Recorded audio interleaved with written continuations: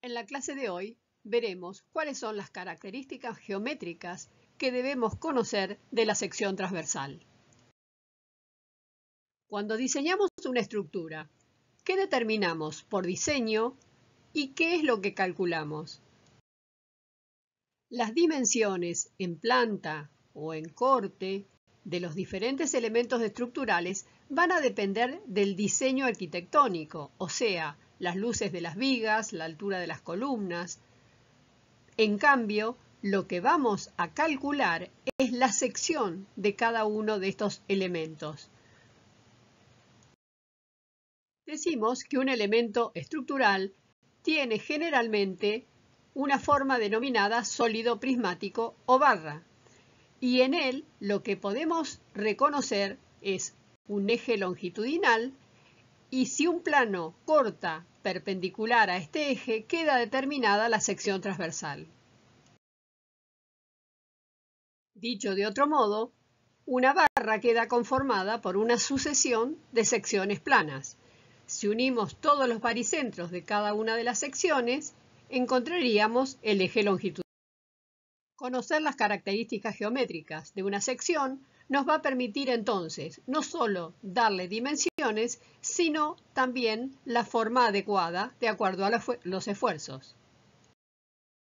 Cuando hablamos de la forma de la sección transversal, vamos a ver que la misma puede tener formas regulares de figuras geométricas o pueden ser de sección hueca o de sección compuesta.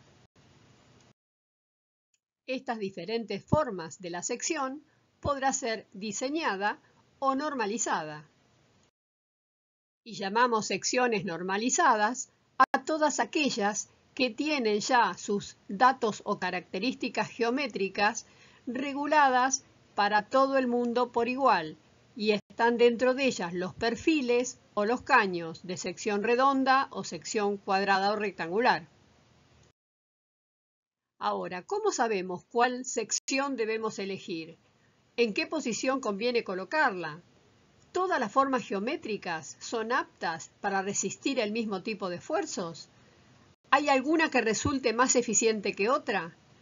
Para diferentes tipos de esfuerzos, ¿cuáles son las más convenientes? Las características geométricas de la sección transversal que vamos a considerar en cada caso son el área o superficie, el momento estático, que es un momento de primer orden y que me va a servir para determinar el baricentro, entre otras cosas. El momento de inercia, que es un momento de segundo orden, del cual se desprenden el módulo resistente y el radio de giro, y también como momentos de segundo orden están el momento centrífugo y el momento polar. El área o superficie es la cantidad de centímetros cuadrados que conforman una figura plana, y a esta altura de su formación ya es por todos conocida. ¿Cuál es la superficie del cuadrado? Que será lado al cuadrado, del rectángulo, base por altura, o del círculo, pi por radio al cuadrado, y así con cualquiera de las figuras planas conocidas. Cuando trabajamos con secciones compuestas, lo que hacemos es dividirla a gusto en secciones planas conocidas, y así calculamos la superficie de cada uno y la sumamos. En este caso hemos dividido la figura en tres áreas que vamos a calcular por separado y luego hacemos la sumatoria total. En el caso de secciones normalizadas, este dato, o sea el área, ya viene tabulada. A modo de ejemplo, vemos aquí la tabla de un perfil T o IPN, en el cual podemos, de acuerdo a la altura, que es como se clasifican estos perfiles, encontrar su superficie o área. Lo mismo con un tubo circular o con el área de un tubo rectangular. Si utilizamos los reglamentos IRSOC podemos ver que de acuerdo al tipo de reglamento o de estructura y material del que se trate, distingue entre área bruta, área neta, con distintas nomenclaturas. Pasando ahora a la segunda de estas características geométricas, vemos que dentro de los momentos de primer orden encontramos el momento estático, que va a llevar como letra distintiva la Q, y entendemos por momento estático el producto de una superficie por su distancia a un eje considerado. Por lo tanto, esta Q estará seguida de la indicación del eje con respecto al cual estoy tomando momento. Puede ser QX o puede ser QY. Como por definición, el momento estático es el producto de una superficie por una distancia, la unidad de superficie la medimos en centímetros cuadrados y la distancia en centímetros, por lo tanto, la unidad del momento estático será centímetros al cubo. Y además es de primer orden porque la magnitud lineal, o sea la distancia, está elevada a la primera potencia. Una de las aplicaciones del momento estático es para determinar el baricentro de una sección, y definimos como baricentro al punto teórico tal que en él pueden considerarse concentrada toda la superficie. Cuando la forma de la sección es una figura regular, conocida como un triángulo, un rectángulo, un cuadrado, el baricentro es muy fácil de determinar ya que estará en la intersección de las diagonales o diámetros. Y todo eje de referencia X o Y que contenga al baricentro de la sección lo denominamos eje baricéntrico. Para determinar el baricentro de una sección compuesta o irregular, al igual que hicimos con el área, la dividimos en figuras conocidas y vamos a considerar cada una de las áreas de esas figuras como una fuerza y luego tomaremos momento estático respecto a un eje de referencia a elección.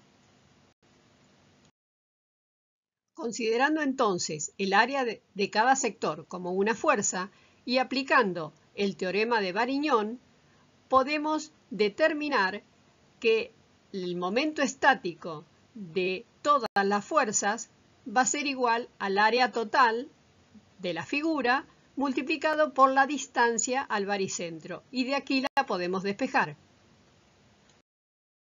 Recordemos que el teorema de Varignon nos dice que la sumatoria de los momentos estáticos de cada elemento de superficie respecto a un eje será igual al momento estático de la superficie total con respecto a ese mismo eje.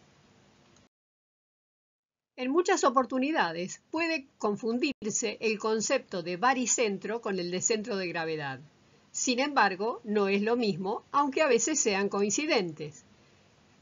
Para definir centro de gravedad, decimos que es el punto material en el cual se puede considerar concentrado todo el peso de un cuerpo. Podemos decir que los objetos o los cuerpos son más estables cuanto más cerca del suelo se halla su centro de gravedad. Veamos, por ejemplo, cuál sería el baricentro de una lata de gaseosa o de la tapa. Simplificando la forma, asemejándola a un rectángulo, podemos decir que está donde se cortan los diagonales. En cambio, el centro de gravedad podrá ser coincidente con el baricentro si la lata está totalmente llena de líquido, pero será diferente si tiene menos contenido de líquido. Para eso pueden ver el video de la lata equilibrista. Dentro de los momentos de segundo orden encontramos el momento de inercia, el momento centrífugo y el momento polar. La inercia es una propiedad de todos los cuerpos de oponer una resistencia a todo intento de variación de su estado de reposo o movimiento. Podemos definir como momento de inercia al producto de una superficie por el cuadrado de la distancia a un eje. Al estar este momento referido a un eje, vamos a encontrar un momento de inercia con respecto al eje X y un momento de inercia con respecto al eje Y. Y al ser el producto de una superficie por el cuadrado de una distancia, la unidad será centímetros a la cuarta, ya que es centímetros cuadrados por centímetros cuadrados. Por definición, la inercia de una figura respecto a un eje es la integral del diferencial de superficie por la distancia al cuadrado de dicho eje. Por lo tanto, resolviendo esta integral, podemos determinar las expresiones que usamos en forma habitual. Es a partir de lo dicho que para cada figura tenemos expresiones que nos indican cómo calcular la inercia.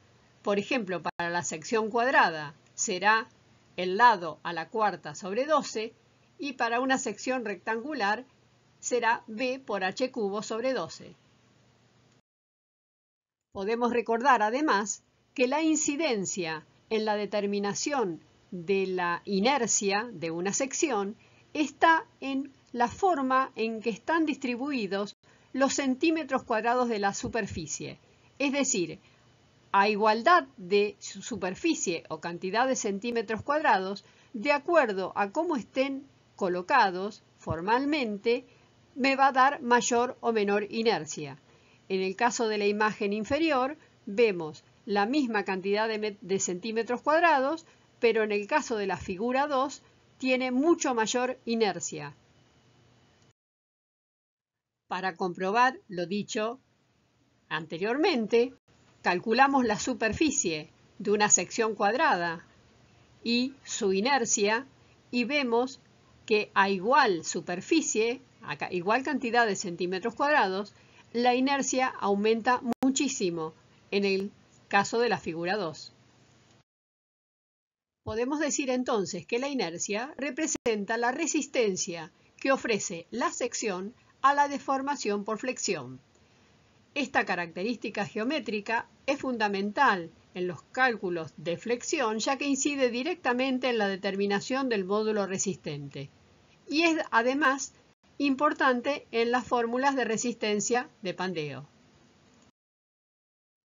Podemos ver en la imagen inferior derecha que para la misma sección, o sea, una sección de 20 por 30, según como la misma esté colocada, tendrá mayor o menor inercia. La figura 1 tiene una inercia de 45.000 centímetros a la cuarta, en cambio, la figura 2 tiene una inercia de 20.000. En este ejemplo vemos que a igualdad de área, el momento de inercia aumenta considerablemente si se modifican las dimensiones de su sección transversal. Otra forma de aumentar la inercia sin modificar el área es variando la forma. Y para determinar la inercia de figuras compuestas o irregulares, debemos utilizar o aplicar el teorema de Steiner. El teorema de Steiner sirve para determinar el momento de inercia de una superficie respecto de un eje no baricéntrico. Y lo que enuncia es que el momento de inercia de una superficie con respecto a un eje cualquiera, X, es igual al momento de inercia de la misma superficie con respecto a su propio eje baricéntrico, paralelo al anterior, más el producto de la superficie dada por el cuadrado de la distancia que separa ambos ejes. Para determinar la inercia de una figura compuesta respecto a sus ejes baricéntricos, vamos a aplicar el teorema de Steiner para cada uno de los sectores en los cuales esta figura puede ser dividida.